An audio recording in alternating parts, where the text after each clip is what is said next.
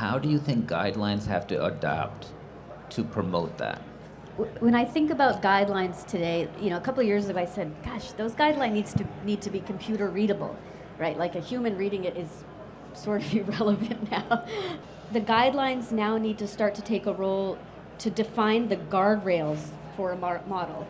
So if you have an AI developer engineer, they study something, they used open evidence or whatever, but they're not a domain expert. So they don't actually know the guardrails for the thing they are building. And maybe that is an important role for societies like this, is to, what are those guardrails that, especially when something goes live in production, you should be constantly monitoring, did it pass your guardrail?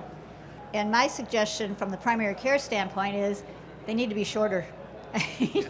Because for primary care, yes, we have the algorithms for hypertension, for congestive heart failure, for all the cardiology, but we also have all the pulmonary, all the GI, all the rheumatology, all the musculoskeletal, all the depression, all the reproductive, and everybody has best practice on everything.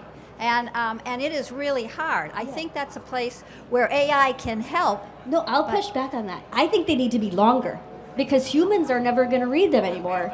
Well, that's You need true. something to train the model on. So make them long, make them detailed, make them specific, because the human expertise is going to become more and more important. So what's happening? There's like foundation models, big labs build those.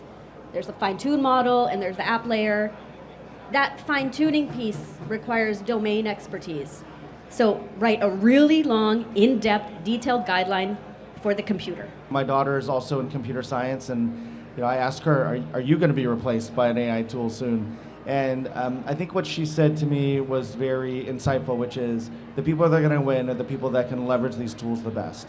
Because human creativity and empathy, as my colleagues here have mentioned, are still going to be incredibly important traits. So I think it's actually is about being as informed as one can, being an early adopter, and yet having a really critical lens.